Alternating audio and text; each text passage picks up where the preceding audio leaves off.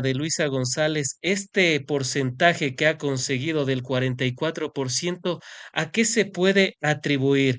Pasó del 32% de la anterior ocasión a un prácticamente 44% que, sin duda alguna, rompe ese techo que muchas veces se había hablado en los análisis políticos. Yo creo que hay algunas causas, Fran. Creo que siempre hay que tratar de ver los procesos sociales, económicos, políticos, con una visión integral. Y desde esta perspectiva, quisiera plantear al menos tres causas que yo las alcanzo a visualizar, que me parece que son principales. Creo que hay otras, pero ahí está tal vez lo fundamental. Lo primero que yo creo que juega muchísimo es la persona Luisa González, su don de gentes, su perfil personal, ¿sí? Luisa creo que innegablemente es una muy buena candidata, ¿sí? Tal vez no se pudo ver todo el potencial que tiene Luisa González, yo le conozco, ¿sí? No se pudo ver el potencial que tiene Luisa González en la anterior elección, porque era su primera vez, era prácticamente una persona súper joven, bastante joven, digamos, ¿sí? Este, y sin mucha experiencia realmente en lo que es, o sin casi ninguna experiencia en lo que es el tema de las campañas electorales.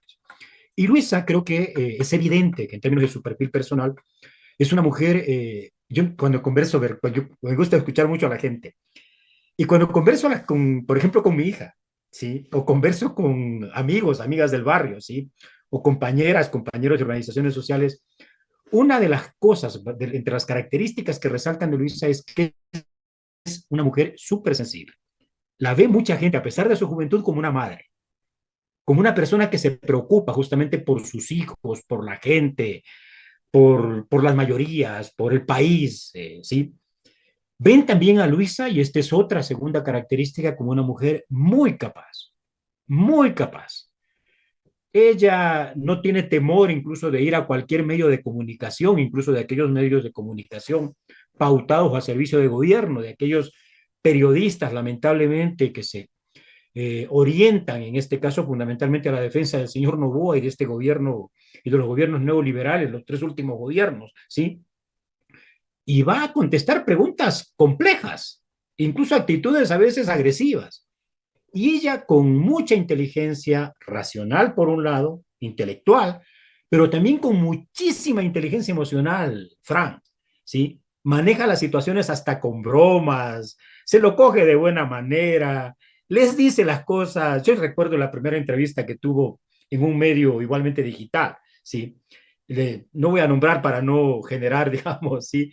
Que le dijo al periodista, sí, yo no he venido aquí porque usted me ataca, pues. Y riéndose le decía esto, ¿no? Y entonces uno, ¿cómo va a venir donde a uno lo maltratan? ¿No? Al final terminó reconociendo que incluso la actitud de este periodista se había modificado y que era posible efectivamente conversar, ¿sí? Pero creo que ese elemento de inteligencia, por un lado intelectual, de formación, pero también de inteligencia emocional, es fundamental. Que si uno compara incluso con el otro candidato, vemos lo contrario. Vemos el berrinche, la amenaza, la mala cara. A ratos parece que ya quisiera meter un golpe, ¿no? Cuando le hacen preguntas difíciles al señor Novoa. Y digamos, se nota claramente la diferencia. Y creo que el tercer elemento de Luisa es que como parte de esa sensibilidad, tiene muchísima capacidad para recoger, para escuchar lo que quiere el país, lo que quiere el pueblo, la gente, los diferentes sectores. Y a partir de escuchar lo que la gente quiere, para comunicarse con la gente, para establecer una línea de comunicación que es descomplicado, que es súper natural, sencillo, sin poses. Creo que ahí está una primera gran razón, Frank. Estos 10 12 puntos que incrementa de las dos anteriores elecciones la Revolución Ciudadana, tienen que ver mucho, mucho, mucho con el perfil personal de Luisa. Podría Con ser esto, también, podría ser también ese recuerdo de, por ejemplo, cuando la gente podía salir a la calle sin tener miedo de que le asalten, roben, vacunen o secuestren, y también de ese ese recuerdo de tener energía eléctrica a las 24 horas y no tener ese temor de salir sin luz de la casa y regresar sin luz a la casa. Y te digo esto, Pablo, porque cuando uno mira los indicadores ve que en el 2017 Ecuador era el segundo país más seguro de América Latina. De igual manera, en el 2015, por su parte, éramos el quinto país a nivel mundial y el primero de la región, según el Consejo Mundial de Energía, en seguridad energética por las hidroeléctricas y por lo trabajado en el sector petrolero. Y así podemos ver los demás indicadores: red vial, educación, salud, justicia, entre un sinnúmero de indicadores que eran positivos. Incluso se les llegó a llamar al país como el jaguar latinoamericano. Podría ser también ese recuerdo, quizás nostálgico, que la gente comenzó a evaluar y a pensar en cuándo vivía mejor y cuándo, obviamente, sus condiciones materiales de desarrollo fueron brutalmente afectadas. Yo estoy de acuerdo, pero le quiero dar un matiz un poco diferente, Fran. Yo creo que el voto duro de la Revolución Ciudadana, del llamado correísmo, a mí no me gusta por esta polaridad y por esta división correísmo-anticorreísmo, no me gusta el concepto como tal, pero es innegable que ese voto duro, ¿sí? Que ha hecho de la Revolución Ciudadana la fuerza política más importante del país, ya durante, serían 18 años, casi 20 años, ¿sí? Que a pesar de los ataques lo ha mantenido, ¿sí? Ese voto duro tiene que ver fundamentalmente con estos logros que se hicieron, ¿sí?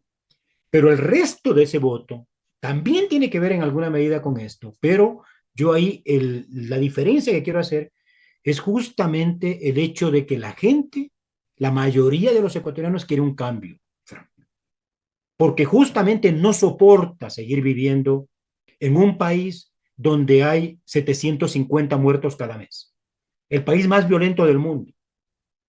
El Ecuador antes tenía, como tú lo has dicho aquí, medallas de oro por la mejor vialidad, por el mejor desarrollo de la educación, la mejor seguridad, los derechos laborales, etcétera, el sueldo, hacía que mucha gente vea al país con respecto a los sueldos de otros países de América Latina, ¿sí? Como un país al cual ir, incluso, venir, ¿sí? Yo trabajo como consultor a nivel internacional y recibía felicitaciones en todos los países, ¿sí? Y mucha gente me decía, queremos un presidente como Rafael Correa. Esto no es cuento, les juro. Era así, sí, exactamente como lo digo, ¿sí? Claro. Pero creo que ese voto que supera justamente el techo, porque estamos hablando de ese 10-12% de techo, tiene que ver justamente con una voluntad de cambio, donde la gente sí compara. Antes había seguridad, ahora no tenemos. Y el problema es que tenemos miedo hasta de salir a la calle. Yo, Fran, y me parece que esto le pasa a la mayoría de familias ecuatorianas, nosotros aquí en mi casa, tenemos miedo de salir a la calle. Vivimos como en la época de la pandemia. Claro.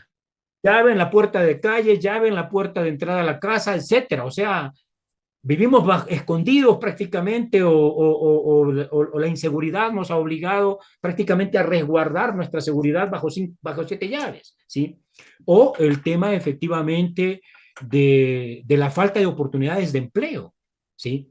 Entonces, creo que el segundo gran elemento, la segunda gran idea que yo quiero colocarle aquí, es esta idea que a mí me hace tener mucha esperanza además, de que efectivamente el Ecuador se cansó de la delincuencia, se cansó de la violencia, se cansó del narcotráfico, de los narcogenerales, del narcogobierno, del narcoestado, de la narcoeconomía incluso, se cansó de la falta de empleo, de la falta de crecimiento económico. El país el año pasado, no hemos hablado de ese indicador, pero el año pasado tiene decrecimiento, tiene recesión económica, y eso significa falta de empleo, eso significa hambre para la absoluta mayoría de ecuatorianos, eso significa migración forzada, ¿sí?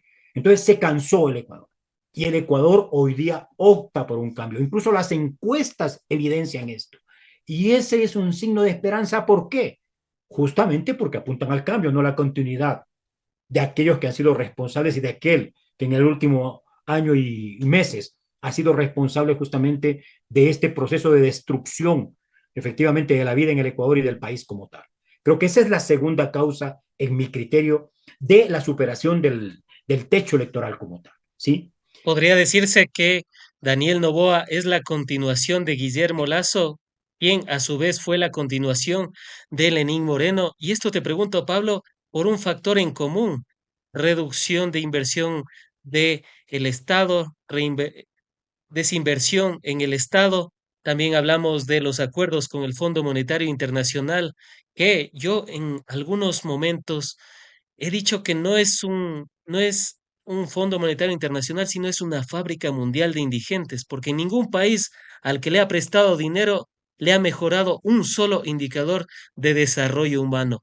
Por ese sentido, Daniel Noboa y la gente que no votó a favor de él ya está cansada de esa derecha y de esa política de la fábrica mundial de indigentes. Totalmente de acuerdo. Vean, Daniel Noboa, tanto en las elecciones, aunque fue diferente la estrategia de campaña de las elecciones del finales del año 2023, ¿sí? Pero Daniel Noboa, en estas últimas elecciones, su principal estrategia es que él trató de presentarse como lo nuevo, frente a lo supuestamente viejo, ¿sí? Y esa estrategia, ese discurso, incluso es el que la gente ya no le cree. Porque claro, él trata de aprovechar el hecho de que es joven para decir yo soy lo nuevo. Pero si uno, lamentablemente, la mayoría de nuestros ciudadanos no hacen este tipo de investigación y de análisis, pero si uno revisa lo que es el modelo de sociedad, el modelo de desarrollo económico, político, social, cultural incluso, que se implementa por parte de los diferentes gobiernos en el país, las similitudes entre el gobierno de Lenín Moreno, el gobierno de Guillermo Lasso y el gobierno de Novoa son enormes. Los tres gobiernos han impuesto un modelo económico llamado justamente neoliberal, que lo que busca fundamentalmente es destruir, por un lado, la producción nacional a través de las importaciones de libre comercio y busca destruir las economías de los sectores populares y medios para extraer de ellos la riqueza que se le llevan los ricos. ¿Sí? Por ejemplo, antes, ¿quién pagaba impuestos? Los ricos. Ahora, ¿quién paga impuestos? Los pobres y la clase media. El impuesto, el IVA, es un impuesto que pagamos los pobres y las clases medias. El impuesto a la renta es el impuesto que pagan los ricos. El impuesto a la renta ha bajado y nos han incrementado el IVA como tal, ¿sí? De igual forma, es un modelo económico que plantea la privatización. Es un modelo económico que plantea la austeridad para disque tener superávit fiscal, es decir, para no gastar la plata que tiene el Estado, para pagar la deuda, pero a costa de la salud, de la educación, de la seguridad, de la vivienda, del empleo, etcétera, de la falta de inversión estatal pública en la economía para generar empleo, de todas estas cosas. Segundo, ellos, el gobierno de Noboa, de Moreno, de Lasso y actualmente de Noboa, comenzaron a destruir el Estado de Derecho, a debilitar el Estado, y a destruir el Estado de Derecho. ¿Sí? Acuérdense de la famosa consulta, del famoso Consejo de Participación Ciudadana Transitorio. Ahí comenzó la desgracia, porque comenzaron a rifarse y a poner incluso a los compinches del narcotráfico a manejar este tipo de instituciones. Eso no ha Claro, incluso cambiado. los jueces que se pusieron desde el Trujillato, una gran mayoría de los que salen Jueces, ahí fiscales, procesados están siendo parte del Trujillato. todo, ¿sí? Y lo mismo pasa también en el manejo social. Vean qué pasó con la salud, con la educación, con la vivienda, con la seguridad social en la época de Novoa, en la época de Moreno, de Lazo, perdón, de Lazo, de Moreno, ¿sí? Es exactamente igual ahora. Nos están planteando lo mismo. Incrementarnos las pensiones, incrementar el tiempo de afiliación, privatizar los fondos y el banco del Seguro Social, etcétera, ¿sí? E Pero ¿por qué incluso la gente, si es que hay todos estos males, si es que ha pasado todo esto en el país, tuvo una interesante votación también Daniel Noboa, un 44% que prácticamente quizás no le importó haber estado sin luz el año pasado, quizás no le importó que enero haya sido el mes más violento en la historia de nuestro país, entre un sinnúmero de factores, el tema de el desempleo, cerca de 260.000 nuevos desempleados solo en el año de Novoa, batiendo también todos los récords, porque en ningún gobierno se había perdido tantos empleos y podríamos seguir. hablando de Así. de la lista, pero ¿por qué, Pablo, consideras que la gente le apoya a Daniel Noboa? ¿O cómo explicarlo a nivel sociológico, este apoyo a el nuevo Ecuador de Daniel Noboa? Antes de responder la pregunta, dos cositas que quería plantear rápidamente, Fran. La una es exactamente lo mismo, además, que han hecho con respecto a la inseguridad. El famoso plan Fénix no existe o ha sido un fracaso total. La inseguridad, en vez de bajar, continúa. Y mientras, por ejemplo, políticas que nunca se han hecho. ¿Cuál ha sido el control respecto al lavado de activos? Que es donde está la muyapa, el dinero. Y que es donde les dolería a las cadenas y a los de narcotráfico en el Ecuador. ¿Sí? ¿Dónde están los capos de las grandes bandas de narcotráfico y delincuencia organizada presos? ¿Cuántas bandas de estas han sido destruidas? Al contrario, cuando declaró la guerra en enero del año pasado, la guerra, entre comillas, que al final es una guerra que más bien ha servido hasta para asesinar niños, ¿sí? Claro. Cuando declaró la guerra, tenían 20 grupos de delincuencia organizada. Frank, hoy ya hay 40. 40, por el amor de Dios. Es decir, es una continuidad. Hasta las personas, ¿sí? ¿Cuántos de los ministros de Lazo fueron ministros o son ministros ahora el señor Novoa y ahora algunos fueron candidatos incluso a la Asamblea? Entonces es lo mismo. ¿Por qué sucede esto? Me atrevo a pensar que por un lado, creo que esa manipulación, eso sembrar el odio, el miedo y el odio, en el marco de esta división que han generado, que han tratado de generar en el país entre correísmo y anticorreísmo, innegablemente ha hecho carne en un porcentaje de la población. El anticorreísmo generado por esa siembra sistemática durante muchos años del miedo y del odio, ¿sí? Existe en el Ecuador. Y no es poco, es un porcentaje importante, ¿sí? Yo no sé, yo me atrevo siempre, planteo de que siempre eso, claro, se mueve un poco, pero creo que es entre un 15-20%, que no es menor, Fran. Así como hay un 30% de voto duro, 34-35% de voto duro del correísmo, de la revolución ciudadana, ¿sí? Existe el anticorreísmo como tal. Entonces, ese es un elemento que genera esto. Y ese elemento fundamentalmente atraviesa todos los sectores, aunque naturalmente está sobre todo en las clases altas y en las clases medias. Ese anticorreísmo está fundamentalmente ahí. Por eso tú ves efectivamente eh, que mucha gente vota de donde está la clase media concentrada, por ejemplo, Quito, vota a favor justamente de Novoa, antes votó a favor de Lazo, ¿sí? Tungurahua, expliquemos lo de Tungurahua. Tungurahua es fundamentalmente una provincia de comercio, Fran, y son emprendedores, comerciantes fundamentalmente la población de Tungurahua. También hay sectores productivos, pero la absoluta mayoría, el eje económico de la provincia de Tungurahua es el comercio sobre todo de alimentos, costa-sierra. Es la puerta de entrada y de salida de los productos tanto de la costa hacia la sierra como de la sierra hacia la costa, ¿sí? Y muchas de estas personas piensan, a pesar de que son empresarios pequeños de la economía popular y solidaria, la absoluta mayoría, tratan de pensar o tratan de asimilarse a veces a las ideas que nos venden también los medios de comunicación, de son los grandes empresarios. Y como ellos son gente honesta, gente trabajadora, creen que un gran empresario, como es el señor Novoa o hijo de gran empresario, el niño rico, es igual que ellos, honesto, trabajador, etcétera. Y no es así, ¿sí?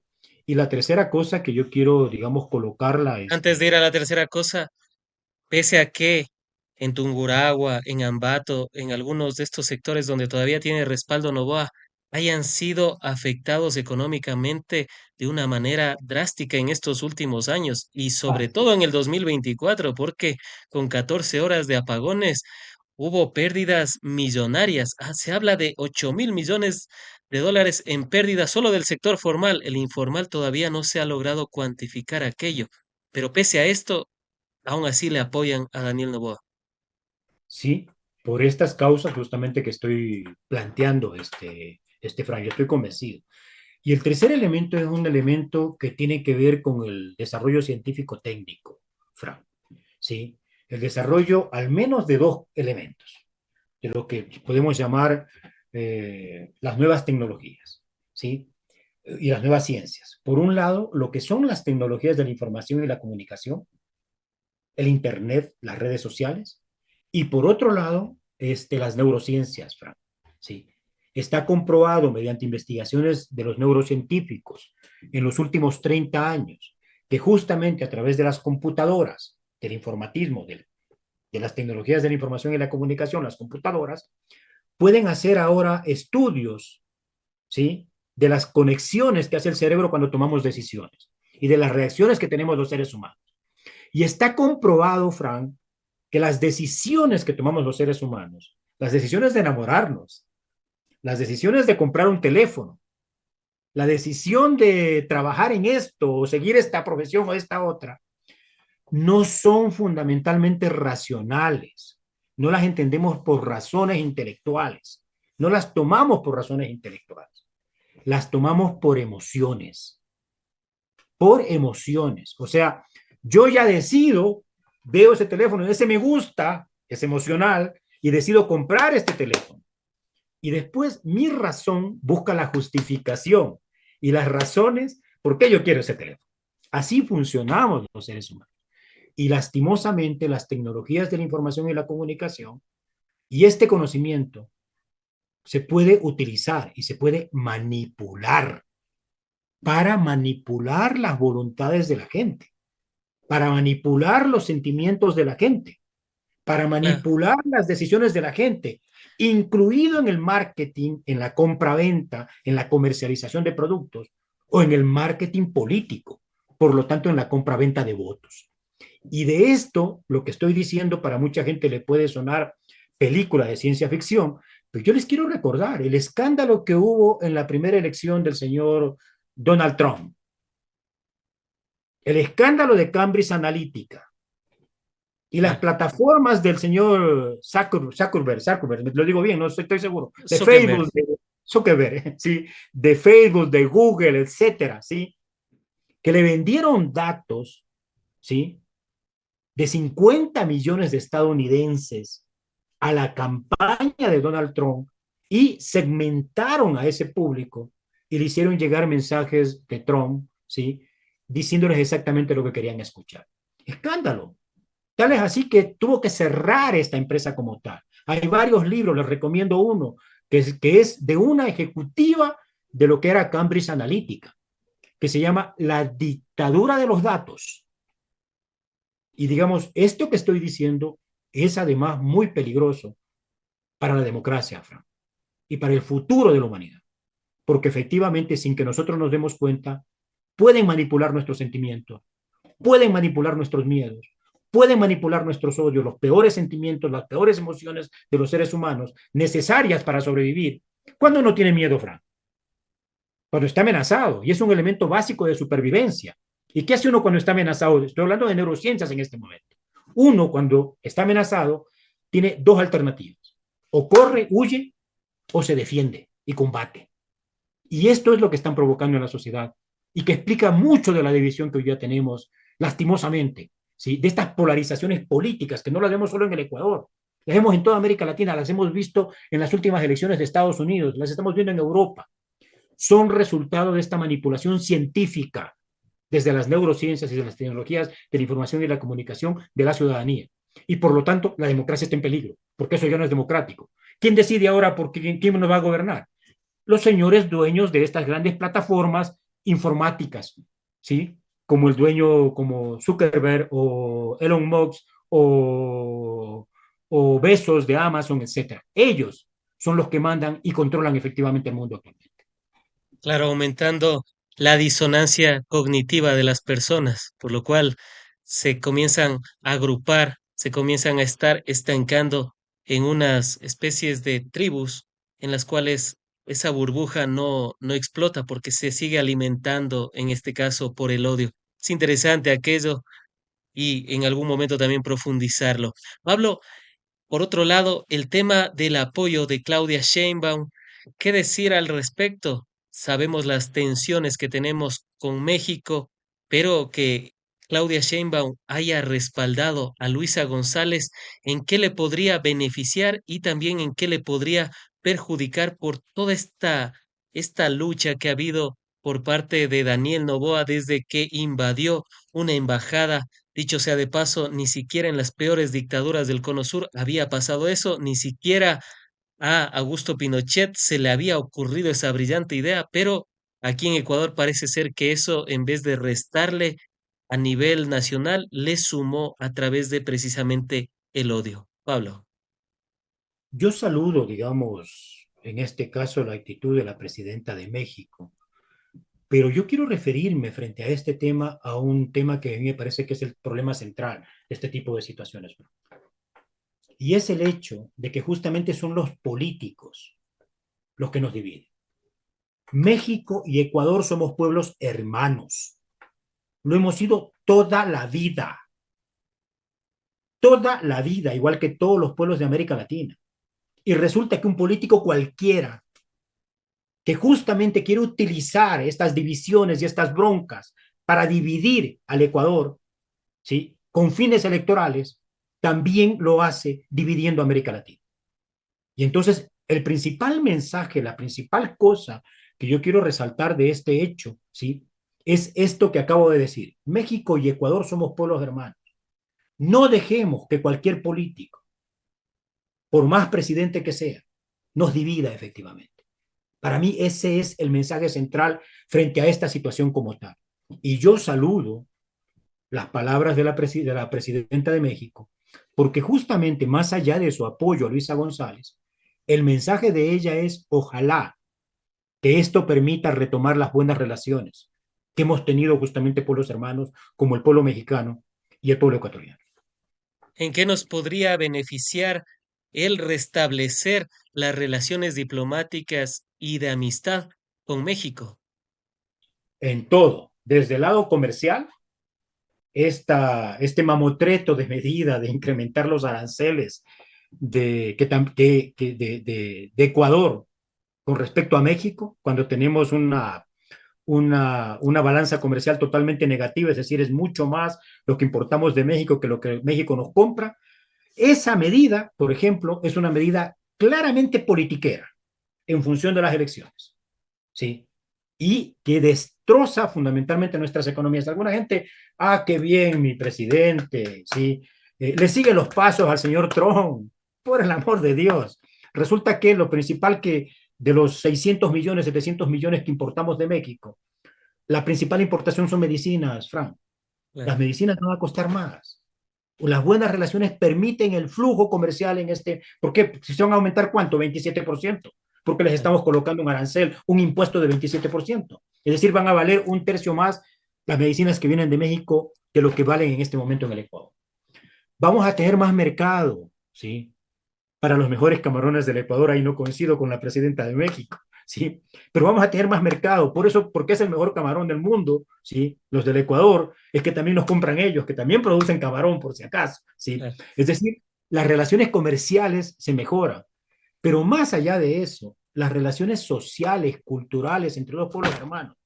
Y un tema central, Fran, hoy día, y eso a mí me preocupa sobremanera, vean las actitudes que está teniendo el señor Trump con todos los otros países del mundo, especialmente contra los latinoamericanos. ¿Sí? Él parece ser que él parece el dueño de la hacienda a nivel mundial, así como tenemos unos dueños de hacienda en el Ecuador, unos niños ricos en el Ecuador. Este es el viejo rico de la hacienda en Norteamérica que cree que todo el mundo es su hacienda. ¿Sí? Y entonces nos está imponiendo situaciones justamente como el trato denigrante, el trato de criminalización, el trato indignante de violación de derechos que están recibiendo nuestros, sí, migrantes. Nuestros migrantes, que es gente buena en su absoluta mayoría, que es gente trabajadora, que es gente honesta, ¿sí? Son devueltos acá con cadenas, como que se tratara de delincuentes, de narcotraficantes. Y aquí, lamentablemente, no tenemos un gobierno que diga una palabra, por lo menos por la dignidad, en este caso, por los derechos de ecuatorianos, hermanos nuestros, que son migrantes efectivamente. Pero el problema no solamente es los migrantes, la actitud política de Trump. Trump viene a reimponer colonias en América Latina. Trump viene a hacer que nuestros países y nuestros gobiernos se arrodillen frente a él. Y no tenemos ninguna oportunidad, Fran, solos. No tenemos, porque digamos nuestras economías, nuestra importancia económica en el escenario internacional, nuestra fuerza política, no se diga militar, digamos, es de chistes, y con respecto a Estados Unidos es mínima. La única posibilidad que tenemos de defender los derechos de nuestras naciones, los derechos de nuestros conciudadanos, de nuestros hermanos, ¿sí? De defender a nuestros países, nuestras economías, es la unidad de América Latina. Y por eso yo hago hincapié en ese hecho. No nos dejemos dividir entre pueblos hermanos por cualquier político ambicioso que quiere ganar la presidencia de forma antiética por cualquier tipo de mecanismo. Este es el mensaje central, mi estimado Frank. Podría ser que restableciendo las relaciones diplomáticas, esos decenas de miles o cientos de miles de compatriotas que están en México varados y que querían llegar a Estados Unidos y que sin los servicios consulares de una manera adecuada con todo esto que ha pasado, puedan por lo menos retornar a Ecuador y dejar de tener esta estigmatización por parte de México. Había recibido algunos llamados, incluso entrevistamos a algunos compatriotas que después de lo que pasó con el asalto a la embajada mexicana ubicada en Quito, Ecuador, el pasado 5 de abril, la actitud fue de reacción de los ciudadanos. A toda acción corresponde su reacción, decía Newton en su tercera ley, y lastimosamente quienes pagaron esta actitud infantil de Daniel Noboa fueron nuestros migrantes. Quizás con eso, en un eventual gobierno de Luisa González, ya podríamos tener el retorno seguro, sobre todo, de nuestros compatriotas. Yo parto de un principio y un derecho fundamental consagrado en nuestra Constitución, Fran, y consagrado por las Naciones Unidas y los instrumentos internacionales de derechos de Naciones Unidas. Todo ser humano puede escoger el sitio donde quiere vivir y trabajar. Claro. Todo ser humano, ¿sí? Es irracional que mientras nos quieren imponer una globalización económica para explotarnos, mientras nos quieren imponer una globalización cultural para eliminar nuestras culturas y asimilarnos a las de ellas, del hot dog y de la hamburguesa, ¿sí? Que para, en último término, exprimirnos como pueblos y naciones, nos imponen una globalización, pero que no esté globalizado el movimiento de las personas, de la fuerza de trabajo, ¿sí? Es una aberración que esto suceda. Y el Estado ecuatoriano, ¿sí? Así como utilicé antes la metáfora de madre con respecto a la actitud que tiene Luisa, el Estado ecuatoriano y el gobierno ecuatoriano debería ser el gran padre de todos los ecuatorianos y ecuatorianas. Y por lo tanto, la gente tiene derecho, por último, ¿sí? A movilizarse, a migrar, ¿sí? Pero el Estado ecuatoriano debería de protegerlos. ¿Cómo puede proteger el Estado ecuatoriano y el gobierno ecuatoriano a los migrantes varados en México si rompe relaciones justamente con México? No tiene ninguna posibilidad de hacerlo. No tiene ninguna posibilidad de hacerlo porque la embajada y los consulados están cerrados, como está cerrado aquí la embajada mexicana y los consulados mexicanos en varias ciudades del país, ¿sí? Entonces, claramente, la división entre pueblos hermanos de América Latina, como en este caso México y Ecuador, afecta a la ciudadanía ecuatoriana, afecta a los migrantes, afecta a la economía nacional y afecta los potenciales procesos de unidad para poder defender en un escenario geopolítico planetario cada vez más multipolar, defender los intereses y los derechos de América Latina. En ese mundo multipolar, América Latina y Ecuador en particular, no tenemos ninguna posibilidad si no estamos férreamente unidos como pueblos y como países hermanos. Vamos a la tercera y última parte, y en esta ocasión, Pablo, con los minutos que nos restan, ¿qué decir de la posibilidad de unión o de alianza de la Revolución Ciudadana con la CONAIE? Leonidas Issa, en su discurso después de las elecciones, dijo que iba a preguntar a las bases, todavía no dio alguna señal de que va a endosar el voto a algún candidato u candidata, pero dijo que iba a preguntar a las bases. Y yo te pregunto, ¿existe esa posibilidad? O quizás los roces que hubo en el pasado podrían ser un impedimento para poder pragmatizar esa alianza. Yo creo que siempre tuvimos razón, Fra. Nosotros, desde la Asamblea Nacional Ciudadana, junto a otras organizaciones populares del país, como la propia CONAIE, como otras organizaciones, ¿sí? conjuntamente con los partidos políticos de izquierda y progresistas y de la plurinacionalidad, impulsamos hace ya medio año prácticamente un proceso de unidad de los sectores populares, de las organizaciones populares, de los movimientos sociales en el Ecuador y de los partidos de izquierda. ¿Sí? Y los resultados electorales demuestran que nunca estuvimos equivocados, que sin unidad no vamos a tener un gobierno de la ciudadanía ecuatoriana, de los pueblos ecuatorianos, de la soberanía y de la dignidad del Ecuador. No vamos a tener. Sin unidad, los resultados electorales parlamentarios de la Asamblea Nacional Legislativa, ¿sí? No va a haber una Asamblea Legislativa igualmente al servicio de las mayorías en el Ecuador, al servicio de la unidad del Ecuador, al servicio de la gente cívica, patriótica, de la gente que amamos realmente el Ecuador. Está claro, de mis cuentas hasta el día de hoy, la Revolución Ciudadana como primera fuerza parlamentaria, no es ADN, es la Revolución Ciudadana, va a tener 67 asambleístas, parece. Alguno más es posible todavía, pero creo que va a tener 67. Y el movimiento indígena y Pachacutic tiene 9 asambleístas. Juntos constituyen ya la mayoría absoluta de la asamblea. Por lo tanto, La la mayoría posibilidad, simple. no, absoluta, la mayoría simple es los que estén presentes. La mayoría absoluta es la mitad más uno. En este caso son 150, la mitad 75, más uno 76. 67 más 9, 76, da exacto, además. Y la mayoría calificada, que son los 2 tercios. ¿Sí? Eso es mucho más difícil en un parlamento polarizado como fueron las últimas elecciones. Es la mayoría absoluta. ¿Sí? Claro. Esa mayoría absoluta puede permitir justamente que la Asamblea Nacional vuelva a estar al servicio de los grandes intereses nacionales, al servicio del Ecuador, del Estado ecuatoriano y al servicio de las mayorías populares, de clase media, de sectores productivos justamente en el Ecuador. ¿Sí? Entonces, siempre tuvimos la razón. Y yo confío plenamente, ¿sí? En que hoy día es absolutamente necesario recuperar y darle continuidad a ese proceso de unidad, que incluía la CONAIE, que incluía a Pachacuti, que incluía la Revolución Ciudadana, que incluía incluso a Centro Democrático, que incluyó al Partido Socialista Ecuatoriano, no me acuerdo, y en un primer momento incluso a Unidad Popular, después se salieron, pero que incluía en un inicio esos diálogos como tal. Ahí se lograron, Frank, algunos acuerdos. El acuerdo Claro, número uno, en la Casa de la Cultura que se logró esa reunión histórica entre las izquierdas y se lograron algunos, algunos acuerdos, por ejemplo, el pacto de no agresión que durante el debate presidencial se evidenció.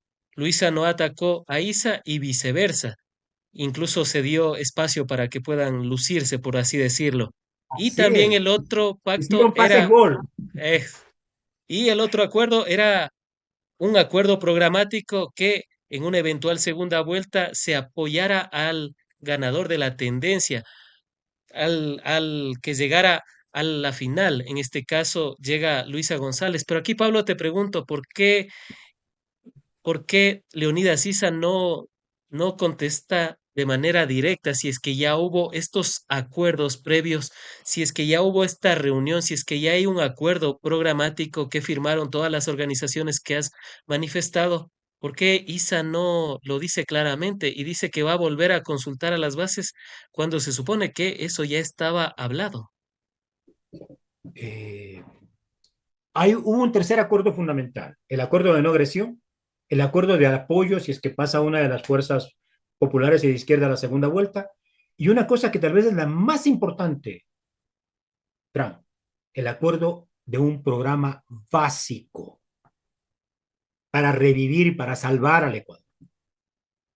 ¿Sí? Las 3 cosas se lograron. Y entonces Claro. hay una base programática única de acuerdo entre los diferentes sectores que yo creo que va a ser la base que va a permitir justamente la unidad. ¿Por qué Leonidas Issa, como candidato presidencial y presidente de la CONAIE, no responde directamente? Este es mi criterio, naturalmente. Yo creo que por una cosa que nos ha dicho siempre Leonidas Issa. Las decisiones en Pachacuti y en la CONAIE se toman de manera colectiva. Vea, yo te quiero comentar una infidencia, porque estuve en los procesos de unidad, pues. Estuvimos en los procesos de unidad, Frank, ¿sí? Estuvimos a puertas a una candidatura única para la presidencia y vicepresidencia de la República y para la lista de asambleístas nacionales. E incluso hubo ya la propuesta formal, ¿sí? A Pachacuti y a Leonidas Issa de que pueda ser candidato a la vicepresidencia o de encabezar la lista de asambleístas nacionales. Sin embargo, las resoluciones y Leonidas Issa veía esto con muy buenos ojos.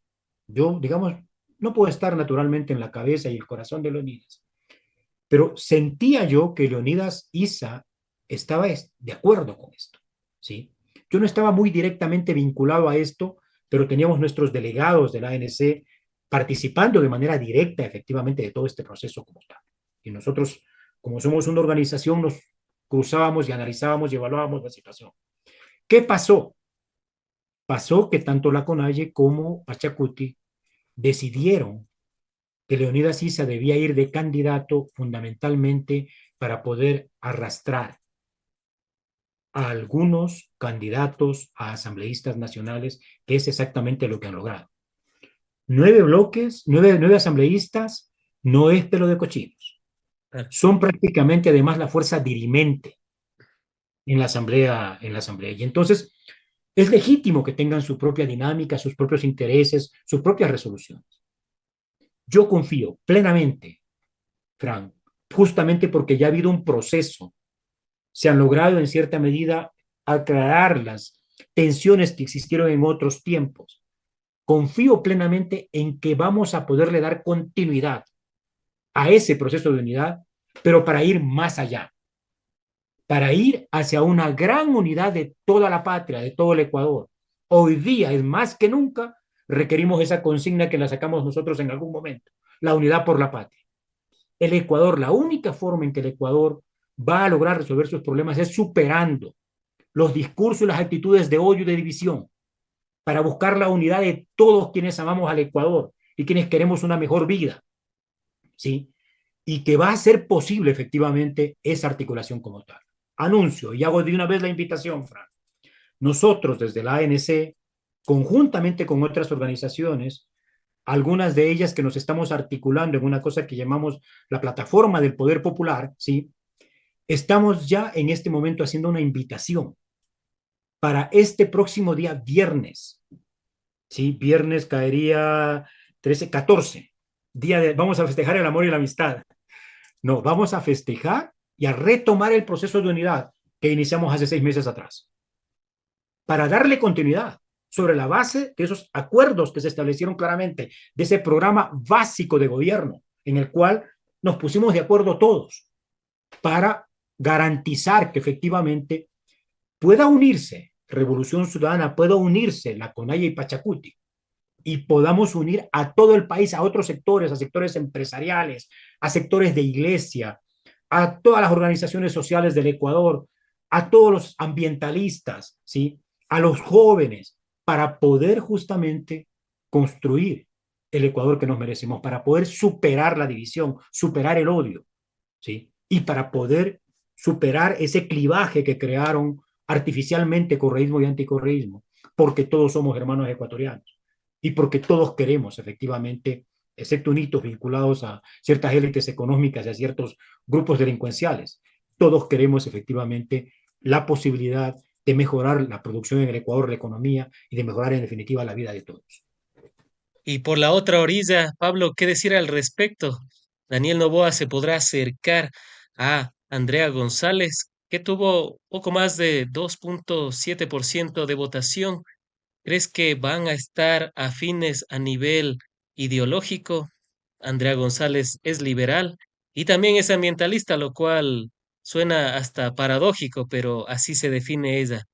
Es ¿Crees un que oxímoron, es una contradicción.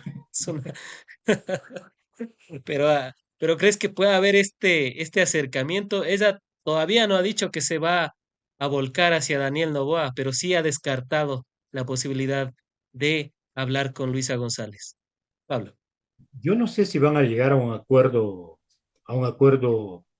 digamos, hablado público, efectivamente, ¿sí? Es muy difícil, incluso por la personalidad de la señorita Andrea González, y sobre todo por la personalidad del presidente, el candidato, ¿sí? ¿Qué es esto de el ego, la prepotencia, la venganza, el resentimiento, ¿sí? Capaz que se da, pero en último término, yo sí considero que esos votos fundamentalmente de Andrea González van a ser canalizados para allá. Y las declaraciones de Andrea González ya significan una opción. Cuando dicen no votar por, ni vamos a hablar, ni no hay que votar por Luisa González, está diciendo, en otras palabras, sin decirlo abiertamente, de que voten por Daniel Noboa. Sin embargo, yo quiero aquí plantear una cosa que también es aplicable para las personas, para la ciudadanía que votó por Leonidas Issa. Los votos, puede haber un porcentaje que es endosado, ¿sí? Pero también hay un enorme porcentaje que no es necesariamente endosado. Como lo dije anteriormente, en el lado de Leonidas Issa hay gente que han sido activistas sociales, ambientales, populares, de derechos, que seguramente tienen una posición más afín a Luisa González, los hay y por montones. En el lado de Andrea González, hay gente, en cambio, que es anticorreísta, los hay. Y de manera incluso por este tipo de opciones, de tendencias, ese anticorreísmo, digamos, son anticorreístas, hará que seguramente sus votos se vayan para Novoa. Entonces, por estas condiciones ideológicas, políticas y por estas opciones, probablemente una parte de esos votos vayan para estos sectores. Sin embargo, yo quiero decir en este marco, por la derrota electoral que tuvo en la primera vuelta, aunque haya un empate técnico, políticamente frente al imaginario de la población y la propia reacción que tuvo Daniel Noboa, lo hacen aparecer como el perdedor de la primera vuelta, porque prometió ganar además en la primera vuelta. Entonces, ese hecho, el hecho de que no tienen brújula y que en vez de cambiar de estrategia, que es lo que deberían hacer, ¿sí? Ahí sus asesores políticos le están robando la plata al señor Novoa, unos están robando la plata del Estado porque capaz que le pagan con la plata del Estado, ¿sí? Pero esa actitud que tienen no es una actitud adecuada, ¿sí? Y por el tipo de composición del electorado ecuatoriano, el electorado que tuvo ISA, que tuvieron otros candidatos progresistas, incluso ciertos otros candidatos. Vean ayer a la señora que era del Partido Social Cristiano y que estuvo de candidata a la vicepresidencia. Ay, de Guayaquil, pucha, ando con unos laxus, con los nombres impresionantes, pero hizo declaraciones parándole el carro a este discurso del odio del señor Novoa y de los partidarios de Novoa, ¿sí? Que fue asambleísta, fue diputada por el Partido Social Cristiano antes y ahora se salió del partido y fue candidata a la vicepresidencia con alguna de las fuerzas de los 16 candidaturas que hubieron, ¿sí? Entonces, yo creo que por ahí está un poco el sentido fundamental y yo creo que como ninguna otra, a pesar de que hay un empate técnico en términos matemáticos, pero como ninguna otra de las últimas elecciones, la elección del 2023 y la elección del 2021, hoy día hay condiciones de que el pueblo ecuatoriano, la ciudadanía ecuatoriana, quienes vamos al Ecuador, puedan obtener una victoria y puedan derrotar justamente al discurso del odio, al discurso de la división, al neoliberalismo. Antes de finalizar con el programa, un último mensaje para quienes nos están viendo a través de sus teléfonos inteligentes, tablets, smart TVs y demás recursos tecnológicos. Sí, pedirle a nuestra ciudadanía que nos escucha, que nos oye, eh, esta, estas elecciones no son simplemente un tema que tenemos que resolver en 2 meses y que mejor que pase rápido. Yo creo que estas elecciones son elecciones históricas, Fran, porque van a determinar el futuro por lo menos de 4 años. Yo creo que para largo. Yo creo que van a determinar el futuro para por lo menos unos 8 años, tal vez 12 o más, el futuro del Ecuador. Y no es verdad que no importa quién esté en el gobierno. Importa mucho. ¿Sí? Quien gobierne, que sea el presidente o presidente de la República, es fundamental, justamente por el modelo de desarrollo que se puede implementar. Entonces, creo que hay que asumir estas elecciones con esa importancia estratégica histórica que tiene. ¿Sí? Y creo que es el momento justamente de ratificar una perspectiva de cambio, esta voluntad de cambio que se acaba de expresar en la primera vuelta. Ya basta. Es hora de volver a un modelo económico productivo y de desarrollo económico.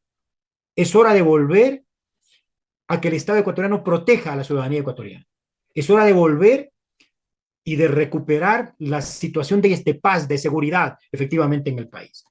Es hora de retomar la garantía de los derechos, los servicios públicos, salud, educación, al servicio de la gente. Es hora de unir al Ecuador, de terminar con las divisiones. Y creo que esta campaña no está ganada, sin embargo, a pesar de lo dicho, Frank, esta campaña va a ser una campaña muy complicada, una disputa prácticamente de voto a voto.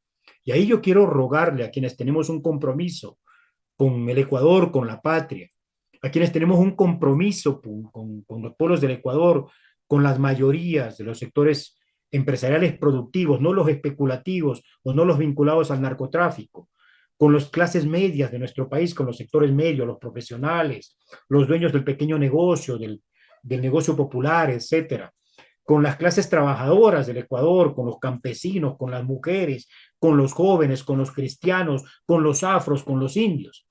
Es hora de unirnos y es hora de asumir este proceso con esperanza.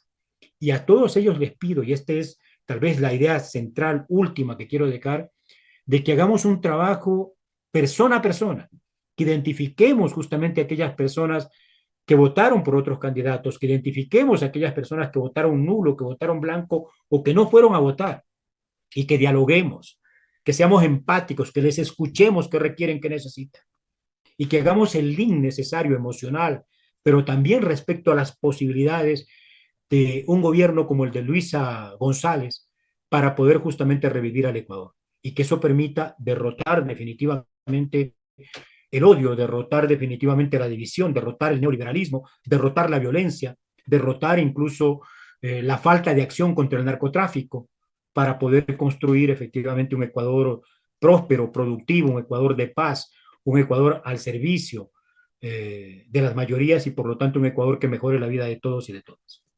Muchas gracias además, Frank, por la posibilidad, nuevamente un honor compartir contigo y compartir con tu audiencia eh, estas reflexiones que hemos hecho el día de hoy. Han sido las apreciaciones del sociólogo Pablo Iturralde, analista político, portavoz de la Asamblea Nacional Ciudadana, a quien como siempre agradecemos por haber estado en el espacio. Te has perdido un poco de las entrevistas, pero qué gusto volver a tenerte dando las visiones de cara a la coyuntura nacional y seguros de contar con tu participación en futuros análisis, diálogos y debates en torno a la coyuntura nacional. Con mucho gusto, muchísimas gracias.